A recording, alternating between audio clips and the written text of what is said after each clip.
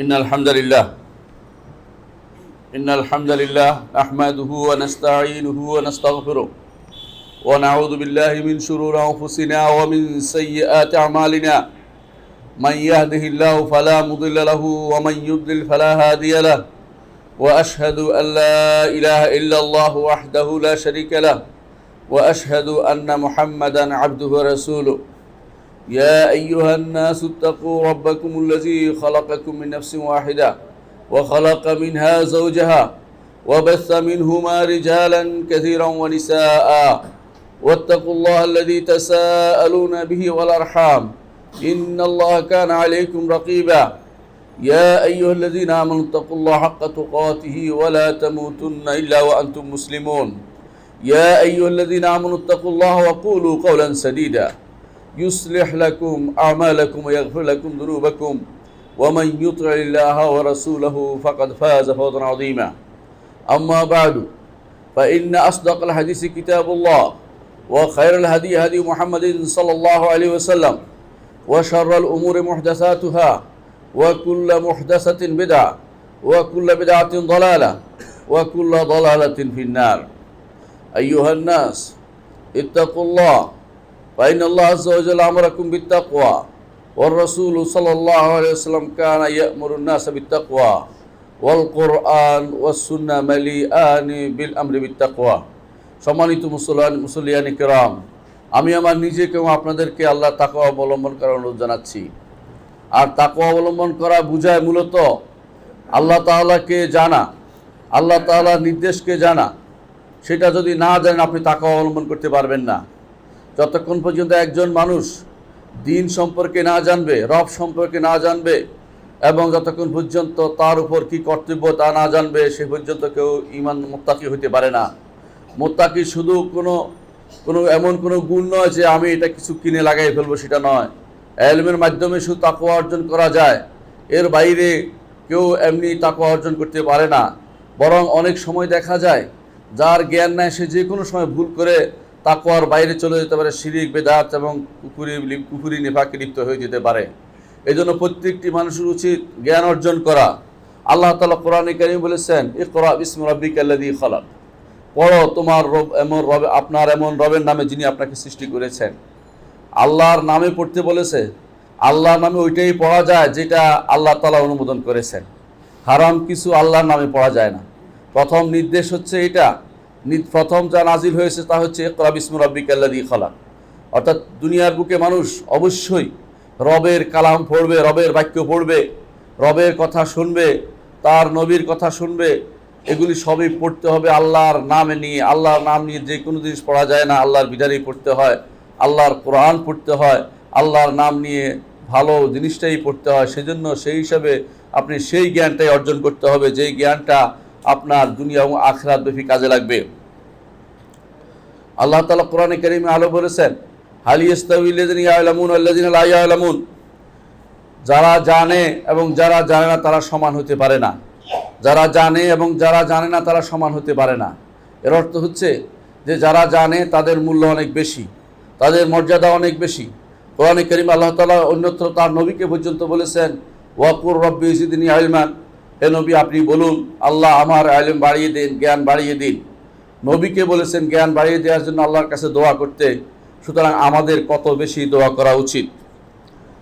অনুরূপভাবে আল্লাহ তাআলা বলছেন, ইয়ারফাউল্লাহুল্লাযিনা আমানু মিনকুম ওয়াল্লাযিনা উতুল ইলমা দারাজাত, তোমাদের মধ্যে যারা ঈমান এনেছে এবং তোমাদের মধ্যে যাদের জ্ঞান আছে, ইলম আছে, তাদেরকে আল্লাহ তাআলা অনেক উপরে উঠাবেন, অনেক বড় মর্যাদা আসীন করবেন।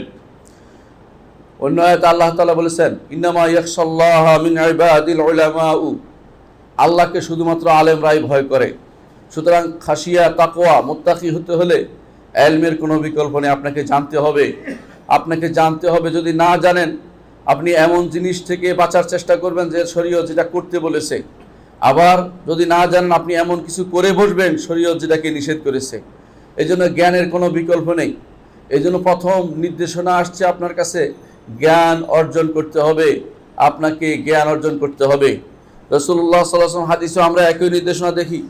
তিনি বলেছেন, তালাবুল ইলমি ফরিদাতুন আলা কুল্লি মুসলিম, প্রত্যেক মুসলিমের উপরে জ্ঞান অর্জন করা ফরজ।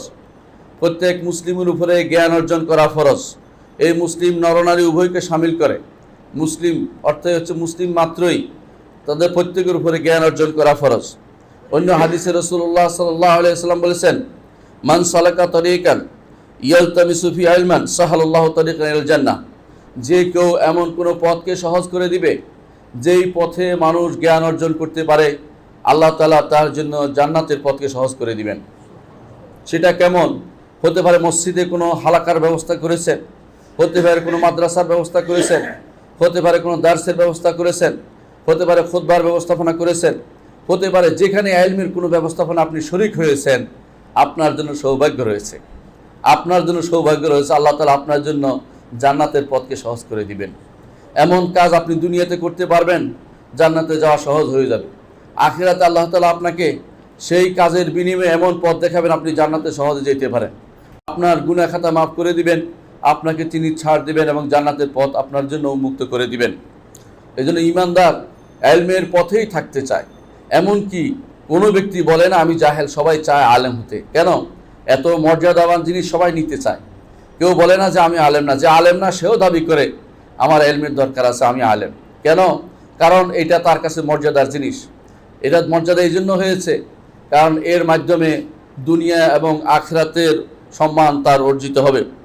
রাসূলুল্লাহ সাল্লাল্লাহু আলাইহি ওয়াসাল্লাম বলেছেন ইলমের মর্যাদার ব্যাপারে যে ফেরেশতারা পর্যন্ত তাদের ডানা বিছিয়ে দেয় তালেবে ইলমের জন্য, ইলম অর্জন করার জন্য ফেরেশতারা তাদের ডানা বিছিয়ে দেয়।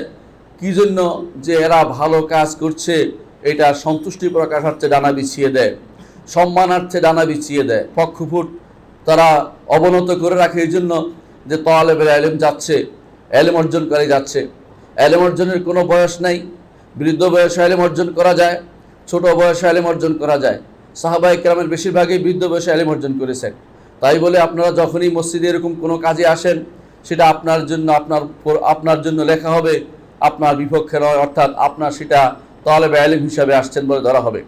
রাসূলুল্লাহ সাল্লাল্লাহু আলাইহি ওয়াসাল্লাম এই জন্য বলেছেন, তার মসজিদে কেউ যদি কোনো ইলম অর্জনের জন্য আসে, সেই জন্য আল্লাহর রাস্তায় জিহাদের সমপর্যায়ে রয়েছে। এটা রাসূলুল্লাহ সাল্লাল্লাহু আলাইহি ওয়াসাল্লাম হাদিসে এসেছে। অর্থাৎ এর অর্থ হচ্ছে ইলম অর্জনের জন্য আপনাকে মসজিদে আসবেন, ইলম অর্জনের জন্যই আপনাকে প্রত্যেকটি মজলিসে হাজির হবেন, যেখানে অন্য কোনো উদ্দেশ্য আপনার যেন না থাকে। দুনিয়ার উদ্দেশ্য হচ্ছে আখিরাতের উদ্দেশ্য হতে পারে যদি ইলমের জন্য আপনি আসেন। এই জন্য ইলম আপনাকে অনেক উপরে উঠাবে, ইলমের কারণে আপনি অনেক নিচে চলে যাবেন। একবার আব্দুল মালিক ইবনে মারওয়ান তিনি জিজ্ঞাসা করলেন যে হেজাজের বড় আলেমকে বলা হলো হেজাজের বড় আলেম একজন দাস, বলা হলো ইরাকের বড় আলেমকে বলা হলো ইরাকের বড় আলেম একজন দাস, বলো সিরিয়ার বড় আলেমকে সিরিয়ার বড় আলেম একজন দাস। তখন তিনি রেগে গিয়ে বললেন, তোমাদের স্ত্রীরা কি কোনো সন্তান দিতে পারে না? দাসরাই শুধুমাত্র সব ইলম নিয়ে গেছে। তারপর তিনি চিন্তা করে বললেন, আল্লাহ তাআলা এর মাধ্যমে মানুষদেরকে উপরে উঠায়, আবার এর মাধ্যমে মানুষদেরকে নিচে নামায়। যারা ইলম অর্জন করেছে আল্লাহ তাআলা তাদেরকে অনেক উপরে উঠাবেন। কিয়ামত পর্যন্ত মানুষ স্মরণ করবে নাফে মাওলা ইবনে ওমরের কথা, ইবনে ওমরের দাস মাওলার কথা, ইবনে ওমরের দাস নাফের কথা স্মরণ করবে কিয়ামত পর্যন্ত। ইবনে আব্বাসের দাস ইকরিমার কথা সবাই স্মরণ করবে। অনুরূপভাবে যত দেখেছি আমরা আমাদের চোখের সামনে বড় বড় আলেম সবাই দাস অথবা দাসদের সন্তান, তারাই শুধুমাত্র আলেম হয়েছে। বড় বড় যারা পয়সাওয়ালা সব সাহাবায়ে কেরামের সন্তানরা পর্যন্ত দুনিয়ার মুখী যারা হয়েছে, তারা কেউ ইলমের মর্যাদা পায়নি এবং সেই মর্যাদা আজও রক্ষা করতে পারেনি। অনেকেই তাদের সন্তানদের চিনে না, কিন্তু ইবনে ওমরের সন্তানকে চিনে না, ইবনে ওমরের দাসকে চিনে। এর কারণ হচ্ছে ইলমের কারণেই তাদের মর্যাদা আল্লাহ তাআলা উন্নীত করেছেন। ফেরেশতারাও এই সম্মানার্থে, ফেরেশতারা এই জন্য আলেমের সম্মানার্থে তাদের ডানা বিছিয়ে দেয়। আপনি দেখতে পান না, কিন্তু অবশ্যই আপনি ঈমান আনতে হবে। যেই ব্যক্তি ইলমের জন্য বের হয়েছে, ফেরেশতারা তার জন্য সম্মানার্থে তাদের ডানা বিছিয়ে দিয়েছে। রাসূলুল্লাহ সাল্লাল্লাহু আলাইহি ওয়াসাল্লাম আরও বলেছেন, আলেম, যে ব্যক্তি আলেম তার জন্য ফেরেশতা আসমান এবং জমিনে যারা আছে সবাই তার জন্য ক্ষমা প্রার্থনা করে। আপনি আলেম হতে পারলে আপনার জন্য আসমানে কারা আছে? আসমানে ফেরেশতারা থাকে। ফেরেশতাদের বাড়িঘর হচ্ছে আসমান, আর মানুষের বাড়িঘর হচ্ছে জমিন, এবং জিনদের জমিন এবং অন্যান্য সব কিছু প্রাণীকুল সবাই এরা হচ্ছে জমিনে বসবাস করে। এরা সবাই আপনার জন্য ক্ষমা প্রার্থনা করে। এটা রাসূলুল্লাহ সাল্লাল্লাহু আলাইহি ওয়াসাল্লামের কথা, আপনাকে সেটা বিশ্বাস করতে হবে। এমনকি রাসূল বলেছেন হাত্তাল হাইতান ফিল মা, এমনকি মাছ সমুদ্রের মাছ পর্যন্ত পানির মধ্যে আপনার জন্য ক্ষমা প্রার্থনা করে। একজন আলেম হতে পারলে এই জন্য তার লাভ এটাই। একজন আলেম যদি আপনি হতে পারেন, আপনি যদি আলেমের কাতারে নাম লেখাতে পারেন, আলেম হওয়ার পথে আপনি চলতে পারেন, আপনার জন্য আসমান এবং জমিনের প্রতিটি প্রাণী আপনার জন্য দোয়া করবে, আপনার জন্য ক্ষমা প্রার্থনা করবেন। রাসূলুল্লাহ সাল্লাল্লাহু আলাইহি ওয়াসাল্লাম আরও বলেছেন যে আলেমের মর্যাদা হচ্ছে আবেদের উপরে, এবাদতকারীর উপরে। শুধু শুধু এবাদত করে যিনি, যার কোনো এলমের কোনো জ্ঞান নেই, এলমের কোনো বালাই নেই, তার উপরে যে ব্যক্তি আলেম, তার মর্যাদা হচ্ছে যেমনি চাঁদের মর্যাদা অন্যান্য তারকার উপরে। বলতে পারে এই মর্যাদা কিসের দিক থেকে? নাগালের দিক থেকে। চাঁদ আমাদের অনেক কাছে, তার আলো আমাদের কাছে পৌঁছায়, কিন্তু তারকার আলো আমাদের কাছে এত পৌঁছে না। আর যেটা উপকার পায় মানুষ এই জন্য আলেমের থেকে, সেটা রাসূলুল্লাহ সাল্লাল্লাহু আলাইহি সাল্লাম তিনি উদাহরণ দিয়েছেন কামার দিয়ে, যে চাঁদের আলো দিয়ে মানুষ উপকৃত হতে পারে, যা তারকার আলো দিয়ে দূরে থাকার কারণে উপকৃত হতে পারে না। এই জন্য আবেদের তুলনায় আলেমের মর্যাদা অনেক বেশি। তার দ্বারা মানুষ উপকৃত হতে পারে, তার দ্বারা মানুষ মর্যাদাবান হতে পারে, তার দ্বারা মানুষ দুনিয়াতে আলোকিত হতে পারে। রাসূলুল্লাহ সাল্লাল্লাহু আলাইহি ওয়াসাল্লাম সেজন্য উদাহরণ দিয়েছেন যে একজন আবেদ ইবাদতকারীর উপরে একজন আলেমের মর্যাদা এত বেশি, একজন আলেমের মর্যাদা অনেক বেশি, সেজন্য আলেম হতে হবে। রাসূলুল্লাহ সাল্লাল্লাহু আলাইহি ওয়াসাল্লাম হাদিসে বলেছেন, যে ব্যক্তি ইলম অর্জনের জন্য বের হয় ফাহুয়া ফি সাবিলিল্লাহ, সে আল্লাহর রাস্তায় জিহাদের সমতুল্য অবস্থায় জিহাদের জন্য বের হয়েছে। সলফে সালেহিন অনেকেই আল্লাহর রাস্তায় জিহাদ করেনি, কিন্তু তারা সেই জিহাদ করেনি, যুদ্ধের জন্য জিহাদ করেনি, কিন্তু তারা ইলমের জন্য বের হয়েছে, এবং তারা এটাকে জিহাদের সমতুল্য মনে করতেন। এবং কোনো আলেম বলেছেন, মুহাদ্দিস বলেছেন, যদি আমি ইলম অর্জনকে জিহাদের মতো মর্যাদা দিতে না পারি, তাহলে আমি ইলম অর্জনের মর্যাদাই বুঝতে পারিনি। অর্থাৎ ইলমের মর্যাদাই জিহাদের চেয়ে বেশি, কোনো সন্দেহ নেই। আল্লাহ তাআলা কোরআনে কারীমে এই জন্য বলেছেন, ওমা কানাল মুমিনুনা লিয়ানফিরু কাফা ফালাউলা নাফারা মিন কুল্লি ফিরকাতিন মিনহুম তায়িফাতুন লিয়াতাফাক্কাহু বিদ্দীন।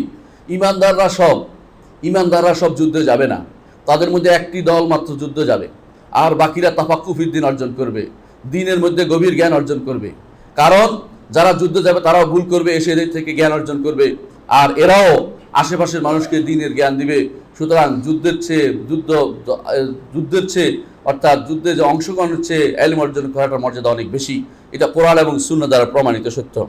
রাসূলুল্লাহ সাল্লাল্লাহু আলাইহি ওয়াসাল্লাম আরও বলেছেন, মাই ইউরিদিল্লাহু বিহি খায়রান ইউফাক্কিহু ফিদ্দীন, আল্লাহ যার কল্যাণ চায় তাকে দ্বীনের গভীর জ্ঞান দান করেন।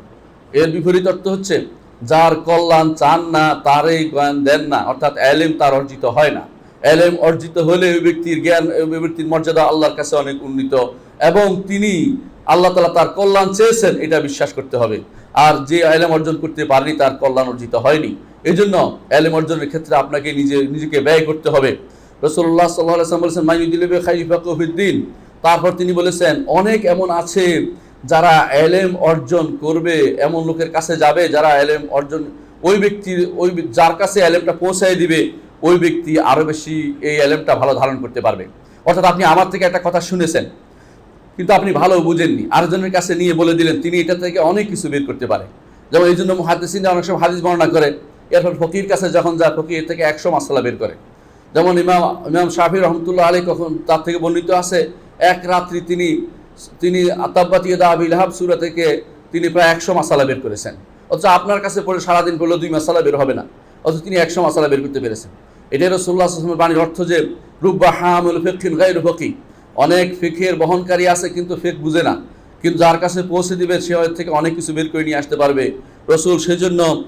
সেই জন্য রাসূলুল্লাহ সাল্লাল্লাহু আলাইহি ওয়াসাল্লাম বলেছেন যে, আল্লাহ যার কল্যাণ চায় তাকে আল্লাহ তাআলা ইলমের দ্বার খুলে দেন, এবং তাকে ইলম অর্জনের জন্য তাকে নিয়োজিত করেন, সে ইলম অর্জন করতে পারে।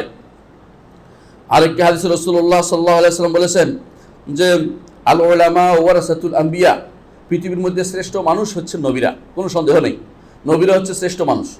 আজ নবীদেরকে বাদ দিয়ে শ্রেষ্ঠ মানুষ খোঁজা হয়।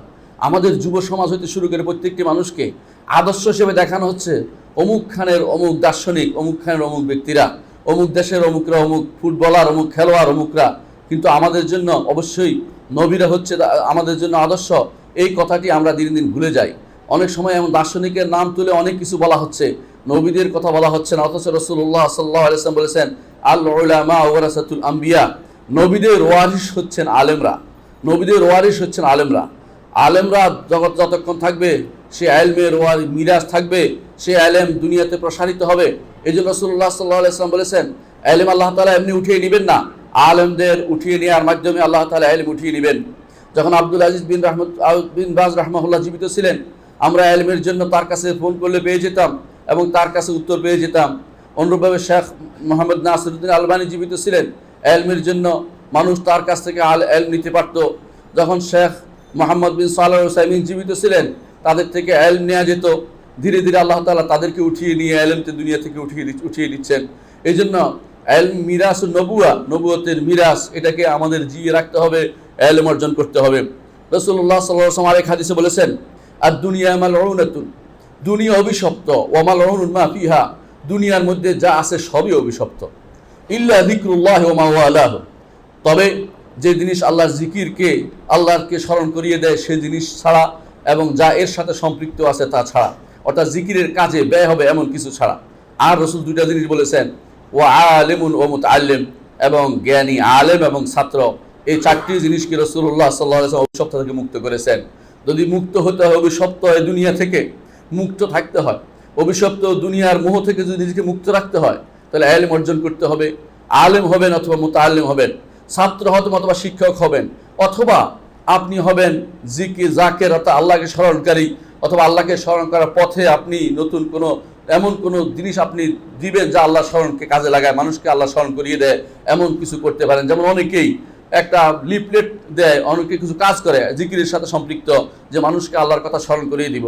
অথবা আপনি ইবনে ওমর রাদিয়াল্লাহু আনহুর মতো বাজারে দাঁড়িয়ে থাকতেন কি জন্য? সালাম দেওয়ার জন্য, স্মরণ করে। অনুরূপভাবে অনেক সময় ইবনে ওমর রাদিয়াল্লাহু আনহু হজের টাইমে মানুষকে তাকবীর মনে করার জন্য তিনি মানুষকে জোরে জোরে তাকবীর দিতেন, যে তাকবীরের জিনিস বাকি আছে, মানুষ জিকির করছে না, এরকম তিনি স্মরণ করিয়ে দেন। এই চারটি জিনিস ছাড়া দুনিয়ার প্রতিটি জিনিসই আপনাকে আল্লাহ থেকে দূরে সরিয়ে দিবে। এই চারটি জিনিসকে গুরুত্ব যতক্ষণ দিতে পারবেন, দুনিয়া ততক্ষণ পর্যন্ত শান্তিতে বসবাস করবে।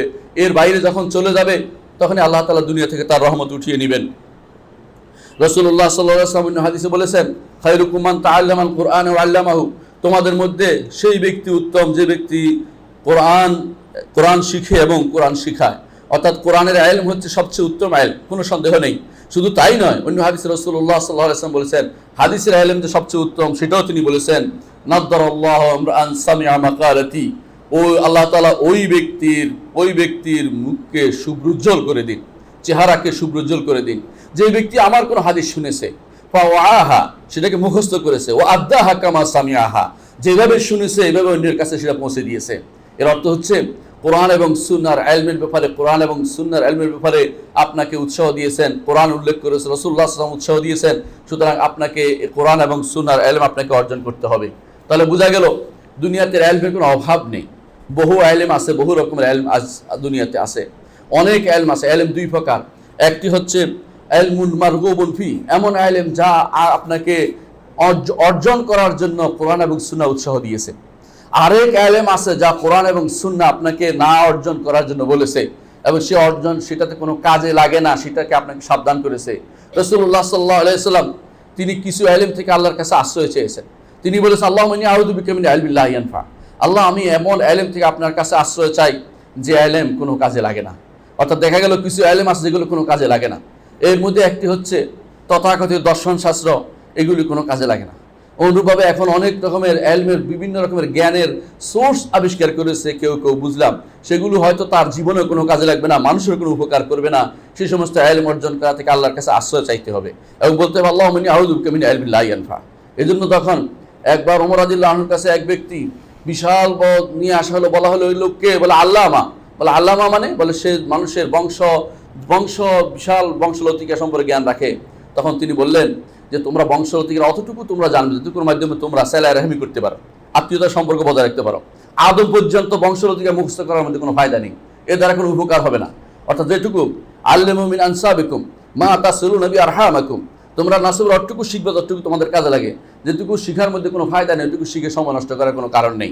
জিনিসটা বলেছে, এর অর্থ হচ্ছে ইলমের কিছু জিনিস আছে যেগুলো বেহুদা শেখা হয়, অনেক কিছু আপনার জীবনে কোনোদিন কাজে লাগবে না।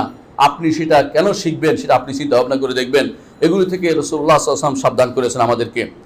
আবার কিছু আছে যেগুলো আপনি শুধু উপকার করে না, ক্ষতিও করে, আপনার ঈমান ক্ষতি করে, আপনার আমল ক্ষতি করে, আপনাকে আখিরাতমুখী করে না, আপনার দুনিয়ামুখী করে, আপনাকে সম্পূর্ণ ঈমান নষ্ট করে দেয়, এমনকি অথবা আপনার গুনাহগার বানিয়ে দেয়। এই সমস্ত ইলম শিখা আপনার জন্য জায়েজ নেই। তাহলে কিছু ইলম আছে আপনার জন্য শিখা শরীয়ত অনুমোদন করেনি। তাহলে কোন ইলম অর্জন করতে এত ফজিলত আমি বর্ণনা করলাম এতক্ষণ ধরে। যে ইলমের ফজিলত এতক্ষণ বর্ণনা করছি তা হচ্ছে ওয়াজিব ইলম, যা শিখতেই হবে আপনাকে, যা শিখতেই হবে আপনাকে। এটা দুই ভাগে বিভক্ত, একটা হচ্ছে ওয়াজিব ইলমি, ওয়াজিব আইনি, একটা হচ্ছে ওয়াজিব কিফাই। অর্থাৎ এমন কিছু ইলম আছে যা প্রত্যেকটি মানুষকে শিখতে হবে। আবার কিছু মানুষ আছে, কিছু ইলম আছে, কিছু মানুষ শিখলে কিছু মানুষ থেকে তার ফরজিয়ত আদায় হয়ে যাবে। কিছু ইলম আছে প্রত্যেককে জানতে হবে। কিছু ইলম আছে যে আপনি না জানলে আরেকজনে জানলেও চলবে। যেমন ধরেন ফরায়েজের ইলম, মৌলিক ফরায়েজের ইলম আপনাকে জানতে হবে যে আল্লাহ তাআলা তার বিধান দিয়ে দিয়েছেন, ফরজ কাকে মেয়ে কতটুকু ভাবে, ছেলে কতটুকু, আপনি জানছেন মৌলিকভাবে, বিস্তারিত হুজুরের উপর ন্যস্ত করতে পারেন। কিন্তু সালাত যখন পড়বেন আপনি বলবেন না হুজুর যেমনি পড়ছে আমি পড়ছি, এটা না, আপনাকে কিছু শিখতে হবে, কিছু শিখতে হবে। তাহলে বোঝা গেল কিছু কিছু ইলম আছে যা প্রত্যেকটি মুসলিমকে জানতে হবে। মুসলিম সে ইলম ছেড়ে দিলে আখিরাতে পা পেতে পারবে না। আমাদের আজ অনেক কিছু চলে, দুনিয়ার অনেক কিছু আমরা জানি, কিন্তু আখিরাতের অনেক কিছু আমরা জানার চেষ্টা করি না, যেটা আখিরাতে কাজে লাগবে। আল্লাহ তাআলা কোরআনে কারীম বলেছেন, ইয়ালামুনা যাহরা মিনাল হায়াতিদ দুনিয়া ওয়া হুম আনিল আখিরাতি হুম গাফিলুন। দুনিয়ার জীবনের প্রকাশ্য জিনিস তারা অনেক ভালোই জানে, বেশিই জানে, আখিরাত সম্পর্কে তারা সম্পূর্ণ বেখবর হয়ে আছে। আজ দেখেন শিক্ষা ব্যবস্থা পুরোটাই আমাদের এই অবস্থায় চলে যাচ্ছে। দিন দিন দিনই শিক্ষার বিষয়টা এতই সংকুচিত হচ্ছে যে আমরা দিনই শিক্ষাকে আর কোনোদিন কেউ আনপ্রোডাক্টিভ খাত বলে কেউ কেউ নাম দিচ্ছে। এর থেকে উৎপন্ন হয় না। কি উৎপন্ন হবে? যে জিনিস আমার আখিরাতে কাজে লাগবে না, সে জিনিস দুনিয়া উৎপন্ন করে আপনি কি করবেন? আপনি যদি কোনো 1000 বছরও বাঁচেন তাহলে কবরে যেতে হবে, অর্থাৎ রেখে চলে যেতে হবে। এটা আপনার কোনো কাজে লাগে না, শুধু এই দেহটাকে আপনি হৃষ্টপুষ্ট করেছেন ছাড়া এর বাইরে আর কোনো কিছু নয়। এর অর্থ হচ্ছে আপনি রেখে যাচ্ছে যেই জিনিস, যেই ইলম, যেইটা দিয়ে আপনি যা শিখেছেন তা রেখে যাচ্ছেন দুনিয়ার উপরে, এইটার জন্য আপনি ব্যস্ত হয়ে পড়েছেন। আর যেটা আপনার এই দিক একাল ও কাল উভয় কালকে সম্পৃক্ত করবে, আপনার সমৃদ্ধ করবে, সেই ইলম থেকে আপনি বিমুখ হয়ে আছেন। আর কেউ কেউ নাম দিচ্ছে যে আনপ্রোডাক্টিভ খাত। এই ইলম তো আমাদের কোনো প্রোডাকশন দিচ্ছে না, উপকার করছে না, এই ইলম অর্জন করছে না। এই ইলম অর্জন অবশ্যই আপনার উপর ফরজে আইন। কিছু ইলম আছে অবশ্যই আপনার উপর ফরজে আইন, সেটাই আমি আজকে আলোচনা করতে যাচ্ছি।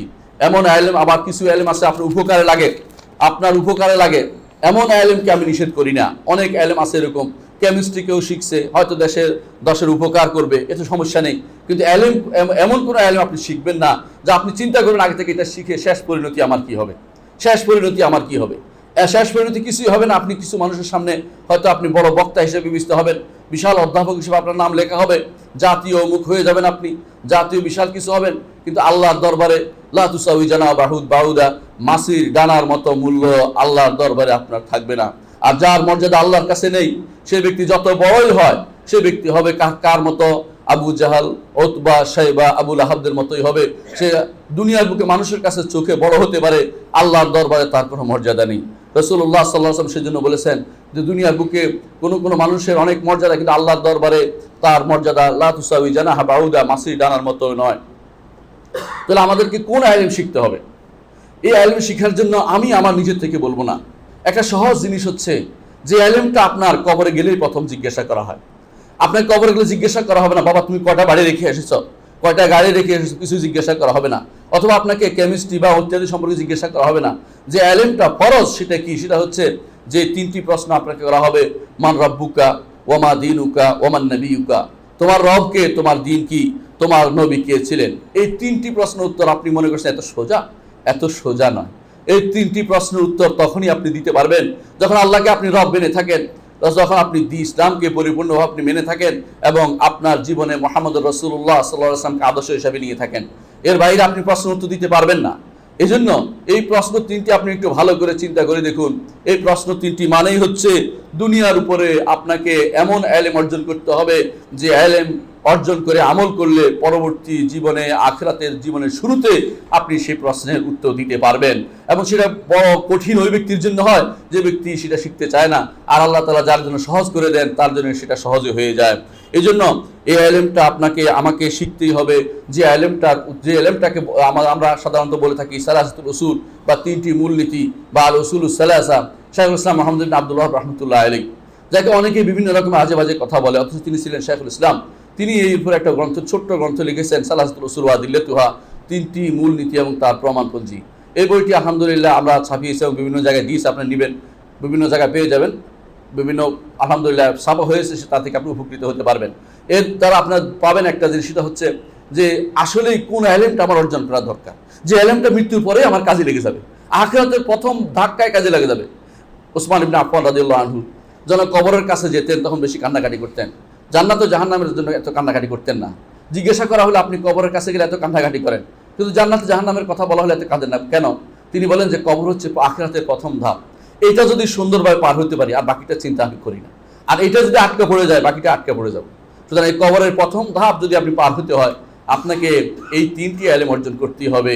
মার রব্বুকা ওয়া মা দীনুকা ওয়া মান নবিয়ুকা, এই জ্ঞান আপনার অর্জন করতেই হবে।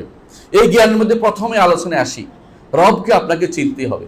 অনেকে বলতে পারেন রব্বি আল্লাহ হয়ে গেছে, না হয় নাই। আমার রব আল্লাহ, এটা অর্থ বুঝেননি আপনি।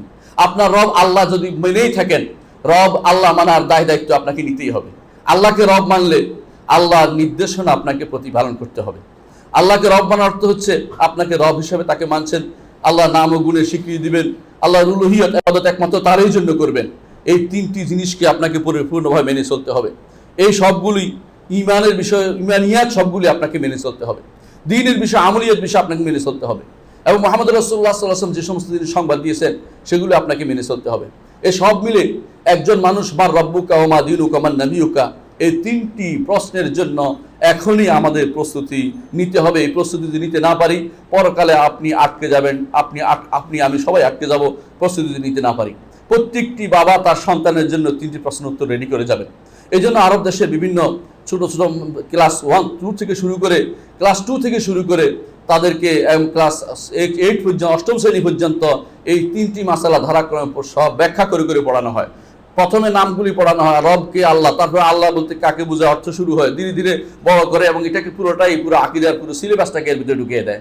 এর অর্থ হচ্ছে যেভাবে আপনি যদি এই 3টি প্রশ্ন উত্তর ভালো করে জানতে পারেন, তা আপনি শিরক করতে পারবেন না, আপনি বেদাত করতে পারবেন না, আপনি কুফরে যেতে পারবেন না, আপনি মুনাফিকি করতে পারবেন না, আল্লাহর দিন থেকে বিমুখ হতে পারবেন না।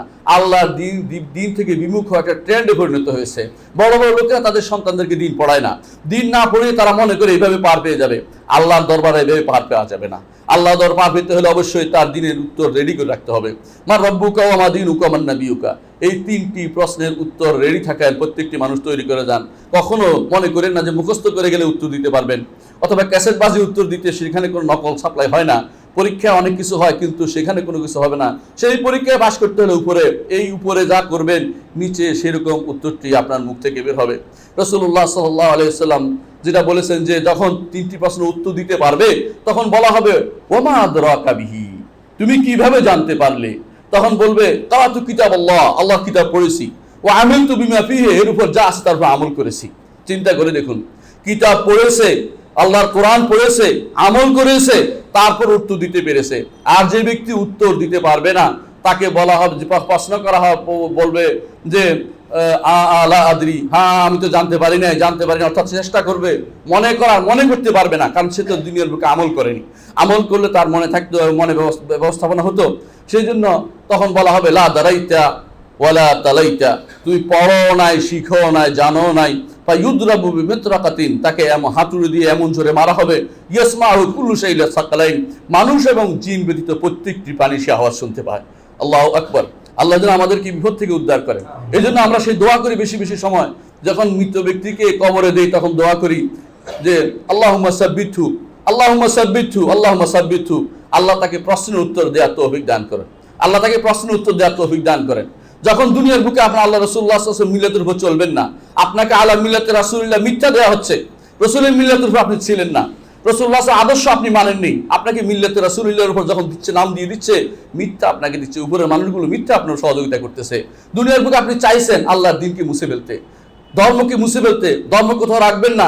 আপনার উপর জানাজা পড়ার দরকার কি? আপনাকে কবর এমনি খাদের ভিতরে ঢুকিয়ে দেওয়ার দরকার ছিল, কারণ গন্ধ বের হবে, ময়লার বাগানে আপনাকে দেওয়ার দরকার ছিল। এজন্য কিন্তু আপনার যে দ্বীনের বিপরীতে আপনি চলেছেন, এরপর আপনাকে আলা মিল্লাতে রাসূলুল্লাহ কথাটা চলে না, আপনি সেখানে উত্তর দিতে পারবেন না। তখন আপনার উপর সেরকম হাতুড়ি আসবে, বলা হবে মা দারাইতা ওয়া মা তালাইতা, পড়াও নাই, জানো নাই। দুনিয়ার বুকে আপনার কাছে অমুক ব্যক্তির গান আপনার কাছে ইবাদতের তুল্য ছিল, কবরে গেলেও সেরকম ইবাদত কার করেছেন সেটার শাস্তি আপনাকে পেতে হবে। আপনি কবর এবং উপরের যা করবেন নিচে সেটাই প্রতিফল আপনি দেখতে পাবেন।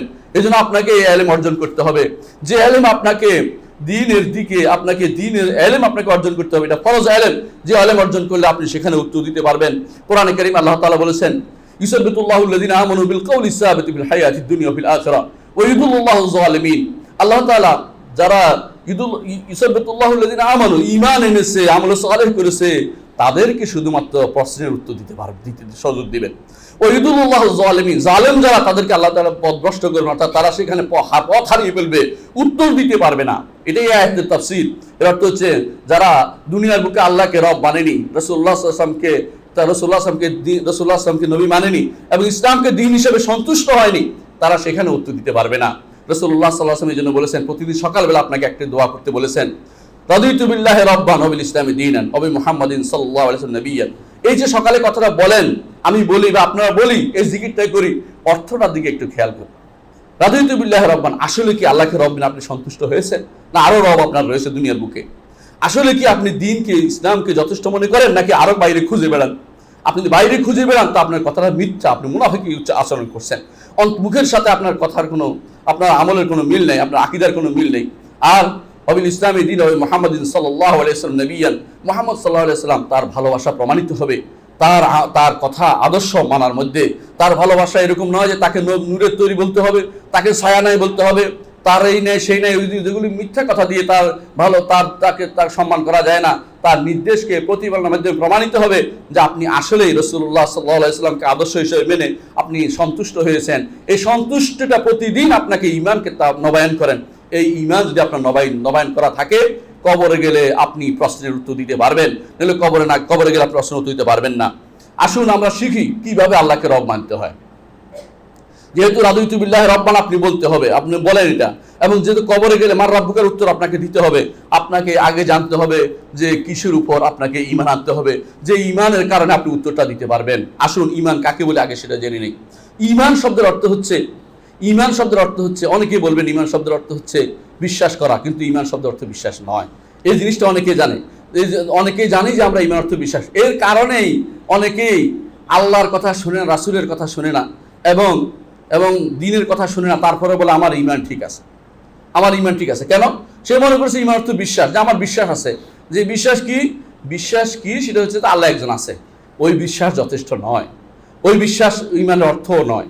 ঈমান অর্থ স্বীকৃতি দেয়া, স্বীকার করে নেয়া, কথায়, কাজে, মুখে, অন্তরে, সব দিক থেকে স্বীকৃতি দেওয়ার নাম হচ্ছে ঈমান। এটা যদি কোনো বিপরীত যে কোনো অর্থ করা, সবটি ভুল অর্থ করা হচ্ছে। আমাদের গ্রন্থগুলো তাই লেখা হচ্ছে, অনেকেই তাই লেখে, এটা ভুল, এটা বলাটা আমাদের দায়িত্ব। সেজন্য বলছি যে ঈমান অর্থ শুধু বিশ্বাস নয়। ঈমান অর্থ হচ্ছে এমন বিশ্বাস যার সাথে নিরাপত্তা জড়িত। আমি কোনোদিন এই বিপরীতটা করবো না।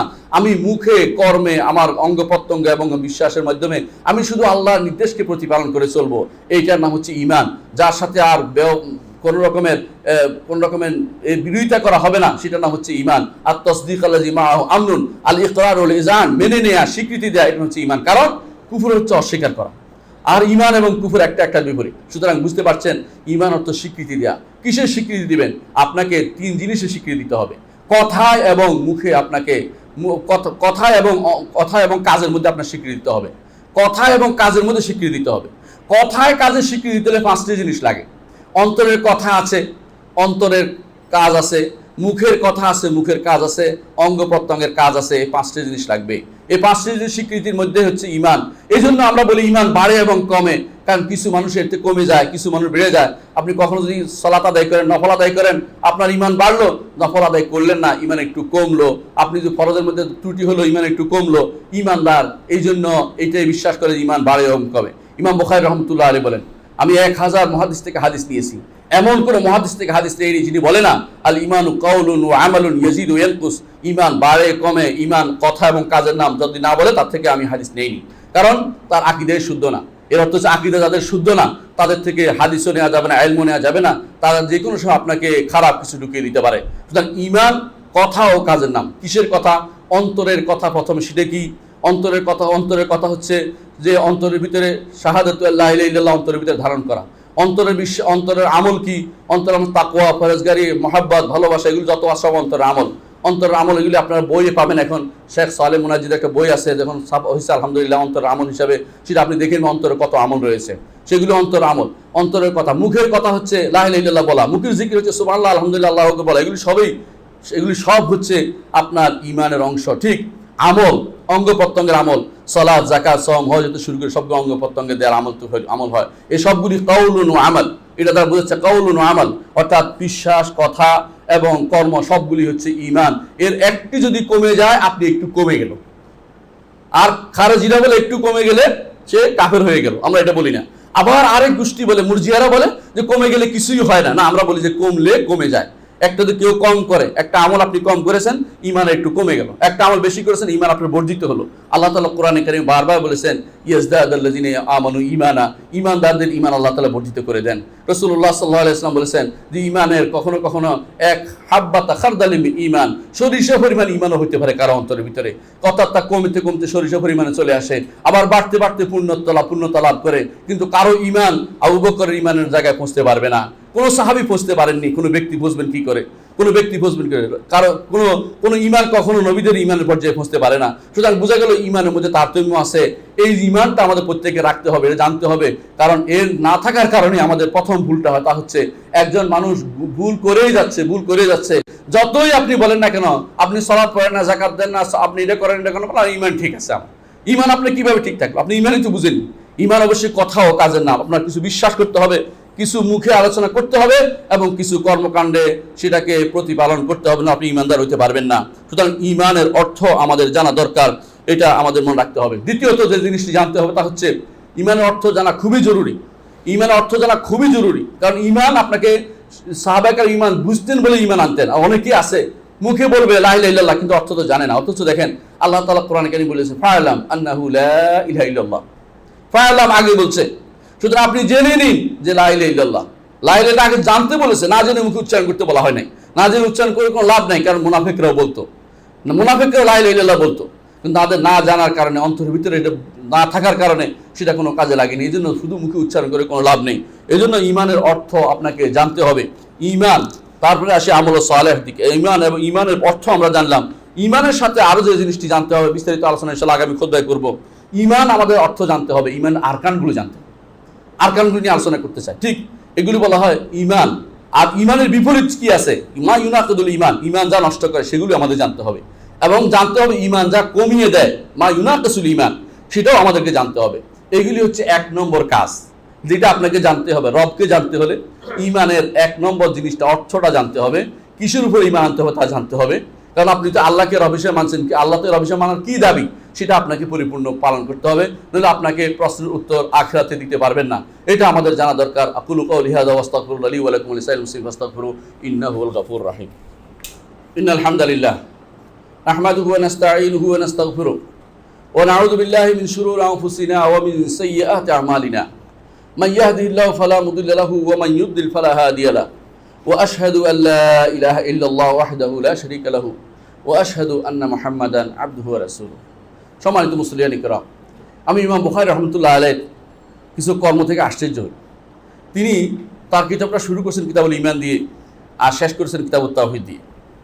কারণ তিনি দেখাতে চেয়েছেন ঈমানটা প্রথম কর্তব্য, আর শেষ দুনিয়া থেকে যাওয়ার আগে আখিরু কালাম কান আখিরু কালাম লা ইলাহা ইল্লাল্লাহ দাখালাল জান্নাহ, জান্নাতে যাওয়ার জন্য তার লা ইলাহা ইল্লাল্লাহ দরকার আছে।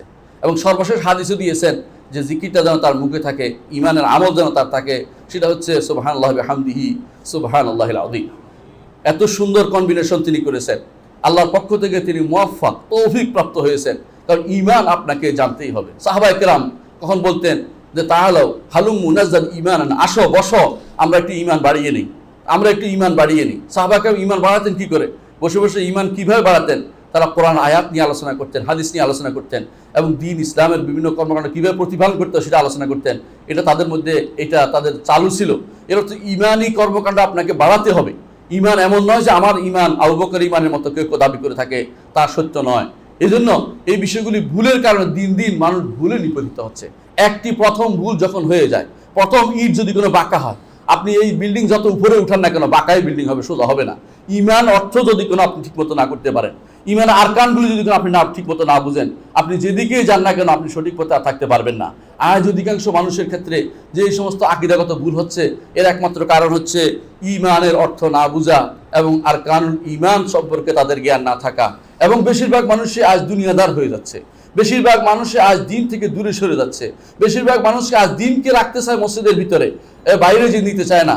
বেশিরভাগ মানুষ আজ মনে করে যে আমার তো যথেষ্ট হয়ে গেছে, এই তো আমার তো প্রয়োজন হলে বছরের শেষে অথবা জীবনের শেষ মুহূর্তে জীবনে বের হয়ে যাব দুনিয়ার জন্য। কিন্তু আপনার সেই জীবনের শেষ মুহূর্ত পর্যন্ত আপনার হায়াত আছে, এটার গ্যারান্টি আপনাকে কে দিবে? এটা আপনাকে বলতে হবে। দ্বিতীয়ত, আপনার শেষ মুহূর্ত পর্যন্ত আপনি জানবেন এর আগের আমলগুলি দায় দায়িত্ব কে নিবে। যখন থেকে আপনার বালেগ হয়েছেন, প্রাপ্তবয়স্ক হয়েছেন, তখন থেকে আপনাকে কিন্তু আল্লাহর বিধান প্রতি মুহূর্ত পালন করতে হবে। ঈমান এমন এক জিনিস সার্বক্ষণিক আপনার ঠিক রাখতে হবে। সালাত ওই সময় হয় যখন সালাতের টাইম হয়, এর আগ পর্যন্ত আপনার সালাতের জন্য কোনো কর্মকাণ্ড নাই। অজু করলেও আপনার অজু চলে গেলে আবার অজু করতে হবে নতুন করে, কিন্তু আগের অজু আপনার আর নাই। কিন্তু ঈমান প্রতি মুহূর্তে আপনাকে রাখতে হবে, প্রতি মুহূর্তে এক ক্ষণিকের জন্য ঈমানের বাইরে যাওয়ার সুযোগ আপনার আমার কারণেই যদি হয়, তখন আপনি পথভ্রষ্ট হয়ে যাবেন। এই জন্য রাসূলুল্লাহ সাল্লাল্লাহু আলাইহি ওয়াসাল্লাম দোয়া করতেন, ইয়া মুকাল্লিবাল কুলুব সাব্বিত কলবি আলা দীনিকা। হে অন্তরসমূহ পরিবর্তনকারী, আমার কলবকে আপনার দ্বীনের উপরে সাব্বিত অর্থাৎ প্রতিষ্ঠিত রাখুন, এটা যেন এক মুহূর্তের জন্য এদিক সেদিক না হয়। তিনি আরো দোয়া করতেন, ইয়া হাইয়্যু ইয়া কাইয়্যুম বিরহমাতিকা আস্তাগীস। হে চিরঞ্জীব, হে সর্বসত্তার ধারক, যিনি সবকিছু দেখাশোনা করেন, তিনি হচ্ছেন কাইয়্যুম। আমি এখানে দাঁড়িয়ে আছি, আমাকে তিনি দেখাশোনা করছেন, আপনাকে সবাইকে, তিনি হচ্ছেন কাইয়্যুম। তিনি ঘুমান না, তিনি সেই সত্তা আপনাকে, তাকে ডেকে রাসূলুল্লাহ সাল্লাল্লাহু আলাইহি ওয়াসাল্লাম বলেছেন, আসলিহ লি শানি কুল্লাহ, আমার সব কিছু আপনি ঠিক করে দিন, আমার সব কিছু আপনি ঠিক করে দেন, যত বিপদ আপদ যত কিছু সব আপনি ঠিক করে দিন, আমার প্রত্যেকটা অবস্থা আপনি নিয়ন্ত্রণ করুন। ওয়ালা তাকিলনি ইলা নাফসি তরফাত আইন, আমাকে আমার নিজের কাছে ক্ষণিকের জন্য দিবেন না। তরফাত আইন বলে চোখের পলক ফেলার যে সময়টা, ওই সময়ের মধ্যে আপনি আমাকে আমার কাছে ন্যস্ত করবেন না। ন্যস্ত করলে কি হবে? ওই মুহূর্তটাই আমি হয়তো কুফরি করে বসবো, ওই মুহূর্তে হয়তো আমি শিরিক করে বসবো। এই জন্য ঈমান এমন এক জিনিস, আপনাকে সার্বক্ষণিক প্রতি মুহূর্ত আপনাকে সেটার উপর থাকতে হয়। এই জন্য আপনি যখন দুনিয়া ঘুমিয়ে যান, ঘুম যেহেতু মৃত্যুর মতোই, এর আগে ঈমান নবায়ন করে আপনাকে ঘুমাইতে হয়। আপনি কি বলেন? আপনি বলেন আমানা রাসূলু বিমা উনজিলা ইলাইহি মির রাব্বিহি ওয়াল মুমিনুন থেকে শুরু করে শেষ পর্যন্ত ঈমানের 6টি রোকন সেখানে আছে, যাতে করে আপনি এগুলি নিয়েই আপনি কবর যেতে পারেন। ঘুম থেকে উঠে আপনি বলেন আলহামদুলিল্লাহিল্লাযী আহিয়ানা বা'দা মা আমাতানা ওয়া ইলাইহিন নুশুর। আপনি আবার আল্লাহর কথা স্মরণ করছেন। অর্থ হচ্ছে আপনি দুনিয়ার বুকে প্রতিবার আপনি মরছেন, কয়েকবার ঘুমাইলে আপনি মরেন, আবার আপনি ঈমান নিয়ে জীবিত হতে পারেন। আপনার দুনিয়ার বুকে চলাটা ফেরাটা সবকিছু যেন ঈমানের উপর থাকে। আল্লাহ এবং তার রাসূল আপনার কাছে যা চেয়েছেন, ক্ষণিকের জন্য ঈমানের বাইরে যাওয়া যায় না।